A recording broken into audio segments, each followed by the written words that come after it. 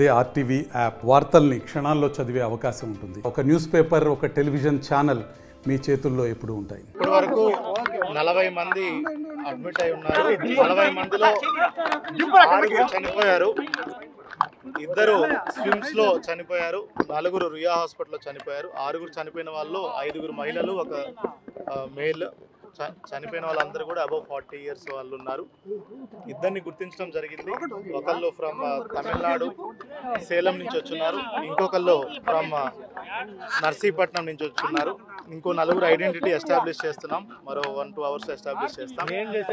మిగతా 34 మందిలో కూడా 10 మంది స్విమ్స్ హాస్పిటల్లో ఉన్నారు, అడ్మిట్ అయి ఉన్నారు. వాళ్ళందరూ స్టేబుల్ గా ఉన్నారు. రుయా హాస్పిటల్లో 24 మంది అడ్మిట్ అయి ఉన్నారు. వాళ్ళల్లో ఒక 5గురికి ఫ్రాక్చర్స్ ఉన్నాయి. బట్ ఆల్ 24 పీపుల్ కూడా అవుట్ ఆఫ్ డేంజర్ ఉన్నారు.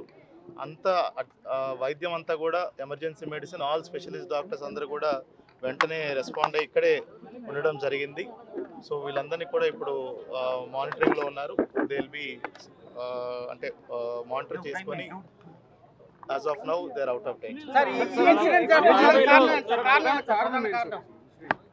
అనలైజ్ చేస్తున్నామండి, వీళ్ళ అప్డేట్ చేస్తాం. అంటే ఎన్ని చోట్ల జరిగింది సార్ సంఘటన? ఒకే చోట అండి, బైరాగిపట్టణ ఎంజిఎం స్కూల్ దగ్గర జరిగింది. అది ఈవో గారు చెప్పినట్టు సడన్ గా గేట్ ఓపెన్ చేసినప్పుడు, ఒక పోలీస్ ఆఫీసర్ గేట్ ఓపెన్ చేసినప్పుడు ఒకళ్ళు బాగాలేనప్పుడు గేట్ ఓపెన్ చేశారు.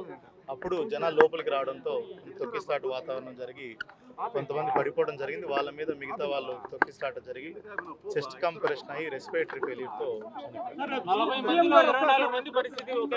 40 మంది ఉన్నారు, దాంట్లో 40 మందిలో 24 మంది ఇక్కడ ఉన్నారు, 10 మంది స్విమ్స్ లో ఉన్నారు. అక్కడ వాళ్ళు కూడా స్టేబుల్ గా ఉన్నారు. మరిన్ని వీడియోస్ కోసం ఛానల్ ని సబ్స్క్రైబ్ చేయండి. లేటెస్ట్ అప్డేట్స్ కోసం వాట్సాప్ ఛానల్ ని ఫాలో అవ్వండి. ఆ లింక్ డిస్క్రిప్షన్ లో ఉంది.